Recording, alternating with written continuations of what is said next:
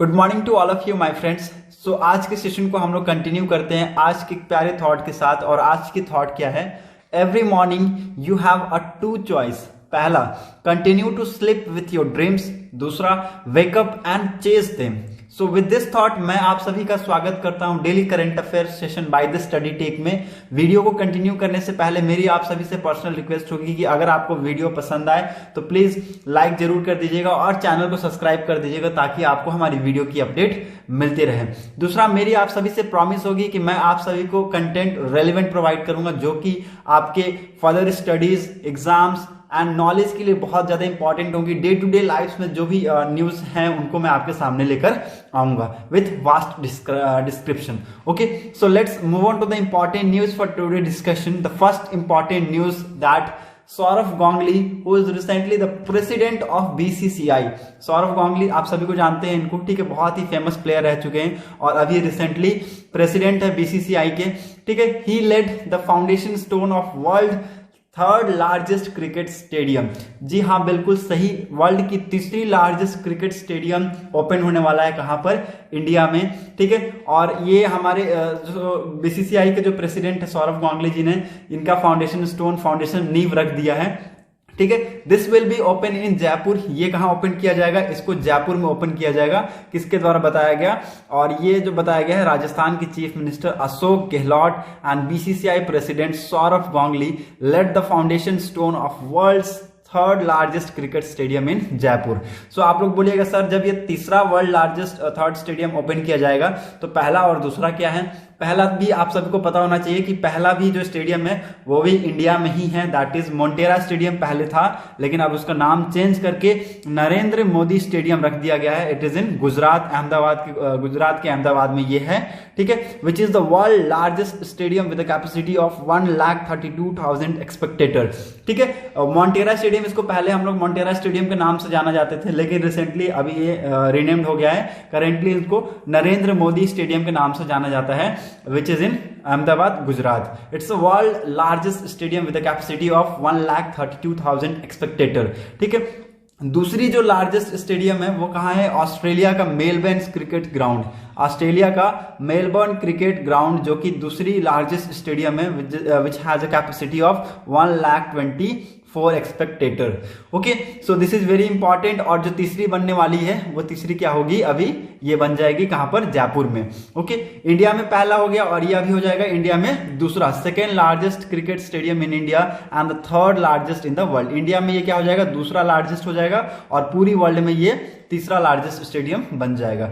The new international stadium will be built by Rajasthan cricket academy on the Jaipur Delhi bypass over 100 acres of land in Jaipur, ठीक है। जो new international stadium बनने वाला है ये कहां पर, किसके द्वारा बनाया जाएगा? This will be built by Rajasthan cricket academy के द्वारा इसको बनाया जाएगा ऑन जयपुर दिल्ली बाईपास। जयपुर और दिल्ली बाईपास है ना, जो वहां पर इस स्टेडियम को बनाया जाएगा। लगभग 100 एकर्स की जमीन में इसको स्टेडियम को स्टैब्लिश किया जाएगा। और बताया जा रहा है कि इस स्टेडियम की स्पेशलिटीज क्या होगी कि इसकी जो सीटिंग कैपेसिटी है लगभग 75,000 स्पेक्टेटर इसमें बैठ सकते हैं आराम से। Okay, so this is very important discovery that Sourav Ganguly laid the foundation stone of world's third largest cricket stadium. Okay, this is very important news, आपको पता होना चाहिए। It may be come in your exam, ठीक है, पूछा जा सकता है आपके एग्जाम में। ओके, सो तीसरा लार्जेस्ट स्टेडियम जयपुर में ओपन होने वाला है। Okay, now move on to the next important news that our Indian prime minister inaugurate 50th anniversary celebration of Hyderabad based ICRISAT। अब इसका फुल फॉर्म लिख लीजिए, बहुत इंपॉर्टेंट है। ICRISAT, ठीक है, it's international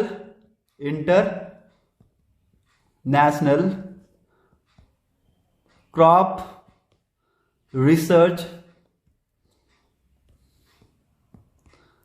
institute for the semi arid tropics, ठीक है। International crop research institute for the semi arid tropic, इसका जो मेन मकसद है, पहली बात मैं आपको बता दूं कि इसका रिसेंटली हमारे Indian prime minister Narendra Modi ji ने 50th एनिवर्सरी का इनॉग्रेशन किया है हैदराबाद का ये best international crops research institute for semi arid region. Okay, इसका मेन मकसद क्या है कि ये एक, पहली बात मैं आपको बता दूं, international crop research institute for semi arid tropics एक क्या है, ये एक इंटरनेशनल ऑर्गेनाइजेशन है। ये एक, लिख लीजिए, इंटरनेशनल ऑर्गेनाइजेशन है, इंटरनेशनल ऑर्गेनाइजेशन है। ठीक है, इट्स वेरी इंपॉर्टेंट। ये स्टैब्लिश कब हुआ था? 1972 में स्टैब्लिश हुआ था। लिख लीजिए 1972। कुछ फैक्ट्स मैं आपको बता देता हूं जो कि आपके एग्जाम में इंपॉर्टेंट होंगे। ठीक है, और इसका मेन मकसद क्या है? इसका मेन मकसद क्या है? To conduct agriculture researches, agriculture के ऊपर रिसर्चेस कंडक्ट करवाता है फॉर रूरल डेवलपमेंट्स। ठीक है, जितनी भी रूरल डेवलपमेंट्स हो रही है उनके लिए ये क्या करेगा? एग्रीकल्चर से रिलेटेड रिसर्च कंडक्ट करवाते हैं। ठीक है, और उसके बाद में ये रिपोर्ट को प्रेजेंट करते हैं। ठीक है, during the occasion PM also inaugurated 2 research facilities of international crop research Institute for Semi-Arid Tropics, which were Climate Change Research Facility on Plant Protection and Rapid Generation Advancement Facility। Occasion पे हमारे prime minister Narendra Modi जी के द्वारा 2 और बहुत बड़े inauguration किए गए। ठीक है, पहला climate change research facility plant protection के लिए, दूसरा रैपिड जनरेशन एडवांसमेंट फैसिलिटी को इनॉग्रेट किया गया by our Indian prime minister Narendra Modi. ठीक है, these 2 facilities are dedicated to the small holder farmers of Asia and sub Sahara Africans. ठीक है, it's all about the dedication to the all small holder farmers. ठीक है, prime minister Narendra Modi also unveil a specifically designed logo of ISRISAT, ठीक है, and launched a commemorative stamp issued on the occasion. ठीक है, कुछ एक लोगो डिजाइन करेंगे इसके रिगार्डिंग और एक कॉमेमोरेटिव स्टैम्प यूज किया जाएगा, इशू किया जाएगा ऑन दिस ओकेजन। इसका मैंने आपको ऑब्जेक्टिव बता दिया, to conduct agriculture research for the rural development in Asia and sub Saharan Africans. ठीक है, सब सहारा अफ्रीकन्स और एशिया रीजन्स में क्या करेंगे? ये एग्रीकल्चर रिसर्च कंडक्ट कराते हैं फॉर रूरल डेवलपमेंट्स। ठीक है, कुछ इंपॉर्टेंट फैक्ट्स मैंने आपको बता दिए पहले भी और कुछ अभी भी बता देता हूं। इसका हेडक्वार्टर कहां है? पंचन चेरुवी, जो कि हैदराबाद में इसका हेडक्वार्टर है। ये ISRISAT कब फाउंड हुआ था? इट वाज फाउंडेड इन 1972 और इनके फाउंडर कौन है? MS Swaminathan, C Fred Bentley और रैल्फ कमिंग। ठीक है, these 3 personality was the founder of this ISRISAT. Okay, it was founded in 1972. This is very important organization, okay, which are recently inaugurated by our Indian Prime Minister, जो कि अब इसका 50th anniversary celebration था। ठीक है, इसका 50 anniversary celebration था। 1972 के बाद इन्होंने बहुत अच्छे काम किए हैं। ठीक है, और अपने फील्ड में, ठीक है, एग्रीकल्चर की फील्ड में इन्होंने बहुत ही अच्छा काम करके दिखाया है। Okay, now next important news that KVIC cancel the license of oldest khadi institution khadi emporium. Khadi emporium के द्वारा KVIC ने लाइसेंस को उनका कैंसिल कर दिया है। KVIC क्या है? खादी फॉर, लिख लीजिए, khadi and village, khadi and village industries commission. लिख लीजिए, बहुत इंपॉर्टेंट है ये, हमेशा न्यूज में रहा है। ठीक है, khadi and village industries commission ने रिसेंटली क्या किया है? खादी इंस्टीट्यूशन, सबसे पुराना खादी इंस्टीट्यूशन जिसको खादी इंपोरियम बोला जाता था, उनका लाइसेंस को कैंसिल कर दिया है। ठीक है, ये आपको मैं बता दूं, ये कब, कितने साल पुराना है? लगभग 1954 में ये स्टैब्लिश हुआ था ये इंपोरियम। ठीक है, और रिसेंटली अभी इसका लाइसेंस को क्या कर दिया गया है? खादी विलेज इंडस्ट्रीज कमीशन के द्वारा रद्द कर दिया गया है। ठीक है, it cancel the khadi certification of its oldest khadi institution named Mumbai khadi village industries association. Mumbai khadi village industries association के अंतर्गत ये आता था खादी इंपोरियम। इनके सर्टिफिकेट्स को क्या कर दिया गया? कैंसिल कर दिया गया। अब आप लोग सोचिएगा कि इतना पुराना जो इंपोरियम था, इतना पुराना ये जो खादी इंपोरियम था, इसको क्यों ये कैंसिल कर दिया गया? इसका लाइसेंस क्या हो सकता है रीजन? ठीक है, सो मैं आपको बता दूं कि ये जो क्या कर रहे थे, एक नॉन खादी प्रोडक्ट का यूज कर रहे थे, जहां पर बताया जाता है ओरिजिनल खादी का यूज नहीं कर रहे थे, इसके कारण में इनको क्या किया गया, इनका लाइसेंस को इनका कैंसिल कर दिया गया है। ठीक है, ये कब पकड़ा गया, ये पकड़ा गया एक सर्वे, एक रूटिंग इंस्पेक्शन कराया गया था। उस रूटिंग इंस्पेक्शन में केवीआईसी के ऑफिशियल्स ने कलेक्ट किए सैंपल्स को from the emporium and that were found to be non khadi products. ठीक है, और वो पाया गया कि क्या वो नॉन खादी, कोई उसके अंदर कोई भी खादी का प्रोडक्ट नहीं है। ठीक है, सो एट द सेम टाइम इन्होंने क्या किया, ये डिसीजन लिया कि इस एम्पोरियम का जो लाइसेंस है उसको कैंसिल कर दिया जाए। Okay, the action came after KVIC found that the khadi emporium at DN road was selling non khadi product in guise of genuine khadi. ठीक है, जेन्युइन खादी के रूप में ये नॉन खादी प्रोडक्ट के सामान बेच रहे थे। ठीक है, नॉन खादी प्रोडक्ट बना रहे थे, सो इनका लाइसेंस को इसलिए कैंसिल कर दिया गया। अभी आप सबको क्लियर हो गया होगा कि क्यों इसका लाइसेंस को कैंसिल किया गया है, क्योंकि नॉन खादी प्रोडक्ट ये बना रहे थे इन गाइज ऑफ जेन्युइन खादी। ठीक है, इन गाइज का मतलब होता है के रूप में या फिर के भेस में।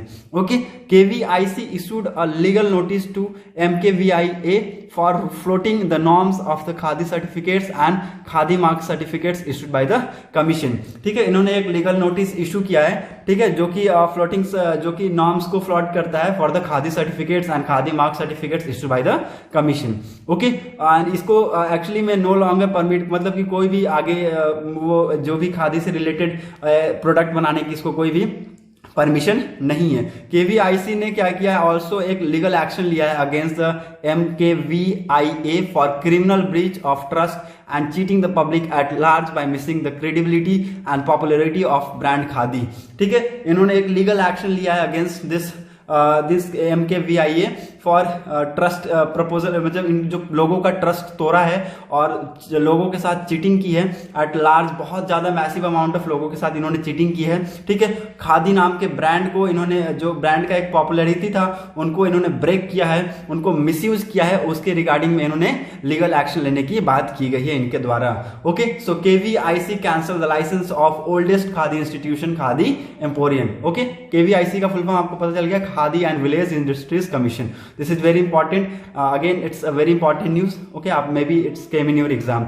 Okay, now move on to the next important questions for the day. उससे पहले मैं आपको कुछ फैक्ट बता देता हूं केवीआईसी के रिगार्डिंग। ठीक है, केवीआईसी कब फॉर्म हुआ था, 1956 में ये फॉर्म हुआ था। इसका हेडक्वार्टर कहाँ है, मुंबई में इसका हेडक्वार्टर है। इसके चेयरपर्सन है विनय कुमार सक्सेना जी, इनके चेयरपर्सन है। और पेरेंटल एजेंसी कहाँ है, ministry of micro small and medium enterprises की पेरेंटल एजेंसी है। Okay, so these are the important fact which you should remember for your exams knowledge and for your further studies के लिए आपको इसको याद रखना पड़ेगा कि कब फॉर्म हुआ था, 1956, headquarter is in Mumbai, chairperson Vinay Kumar Saxena ji, और पेरेंटल एजेंसी कौन है, ministry of micro small and medium enterprises. Okay, यहां से भी क्वेश्चन बनने के चांसेस होते हैं। ठीक है, और यही एक ऐसा मौका है जो ऑब्जेक्टिव क्वेश्चन ज्यादा कंफ्यूज करते हैं, आपको डेट दे देगा कुछ और वहां कुछ और आप करके आ जाइएगा। ओके, सो ऐसा मत कीजिएगा, आप याद रखिए सब चीजों को। ठीक है, it's a very important. Okay, चलिए आप क्वेश्चन की तरफ मूव करते हैं। What is the first question, that CPEC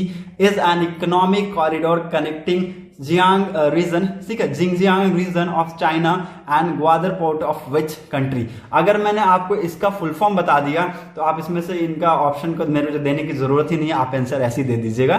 ठीक है, लेकिन इसका मैं अभी आपको फुल फॉर्म नहीं बताऊंगा, आपको मैं ऑप्शन बता देता हूं, आंसर में बताऊंगा डायरेक्ट। ठीक है, economic corridor connecting Xinjiang region of China and Gwadar port of which country, किस कंट्री के साथ ये कनेक्ट करते हैं। ठीक है, option Iran, B Pakistan, C Afghanistan and D Kazakhstan. Okay, I'm going to give the answer. B will be the answer of this question. Pakistan will be the answer of this question. China, Pakistan, economic corridor. ठीक है, China लिख लीजिए, China Pakistan economic corridor, this is the full form of CPEC। ठीक है, economic corridor. Okay, इसके regarding अभी ये क्यों न्यूज में है, क्योंकि अभी मैं बता दूं कि पाकिस्तान के द्वारा रिसेंटली एक न्यू एग्रीमेंट साइन किया गया है चाइना के साथ to begin the second phase of $60 billion China Pakistan economic corridor. ठीक है, चाइना पाकिस्तान इकोनॉमिक कॉरिडोर का सेकंड फेज स्टार्ट कर लिया गया है और रिसेंटली अभी पाकिस्तान के द्वारा ये एग्रीमेंट साइन किया गया है चाइना के साथ। ठीक है, सो ये इसलिए अभी न्यूज में बहुत ज्यादा चाइना पाकिस्तान इकोनॉमिक कॉरिडोर एक 3000 kilometre long route of infrastructure project है जो कि कनेक्ट करेगा China north west Xinjiang Uyghur autonomous region and the Gwadar port of western provinces of Balochistan in Pakistan. ठीक है, चाइना पाकिस्तान इकोनॉमिक कॉरिडोर आपको क्लियर हो गया होगा, अगर नहीं क्लियर हुआ था मैं प्लीज से फिर से रिपीट कर दे रहा हूं। एक 3000 किलोमीटर का एक लॉन्ग रूट इंफ्रास्ट्रक्चरल प्रोजेक्ट है जो कि चाइना के जिंगजियांग उइगर ऑटोनॉमस रीजन को ग्वादर पोर्ट से कनेक्ट करेगा जो कि बलूचिस्तान पाकिस्तान में ये है। ठीक है, रिसेंटली अभी न्यूज में इसलिए है क्योंकि पाकिस्तान के द्वारा रिसेंटली एक एग्रीमेंट साइन किया गया है चाइना के साथ मिलकर, इसका सेकेंड फेज को बिगिन करने के लिए बात की गई है कि सेकेंड फेज इसका स्टार्ट किया जाएगा। ओके, सो इसलिए न्यूज में आपको याद रखने इंपॉर्टेंट है ये। ठीक है, so B will be the answer of this question Pakistan. Now move on to the next important question that राष्ट्रीय Yuva Sashaktikaran Sashaktikaran Karyakram is the scheme of which union ministry.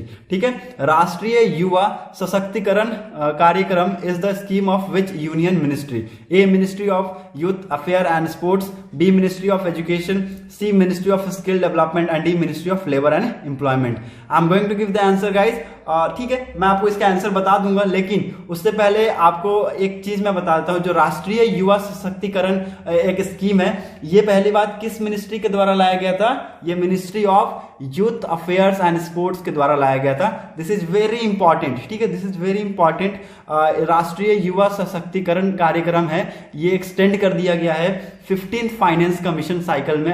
कब से कब तक था? 2021-22 टू 2025-26 तक इसको एक्सटेंड कर दिया गया है। It's outlay of rupees 2710.65 crore का ये आउटले है। ठीक है, राष्ट्रीय युवा सशक्तिकरण कार्यक्रम एक स्कीम है, फ्लैगशिप सेंट्रल सेक्टर स्कीम है, ministry of youth affairs and sports के अंतर्गत ये आता है। The scheme beneficiaries are youth और in this age groups of 15 to 29 years तक के एज ग्रुप को ये बेनिफिट्स मिलेंगे। It's objective is to motivate youth to strive for the excellence in their respective fields and use their energy for nation buildings. ठीक है, इसका main मकसद क्या है कि ये यूथ को मोटिवेट करेगा for the excellence in their respective fields और अपनी एनर्जी को सही जगह नेशन बिल्डिंग्स में यूज करें। इसके रिगार्डिंग में इस स्कीम को लाया गया। ठीक है, सो राष्ट्रीय Yuva Sashaktikaran Karyakram is the scheme which has been launched by the ministry of Youth Affairs and Sports. A will be the answer of this question. Okay, so that's it for today's video analysis. Thanks for watching our video. Thank you and have a nice day.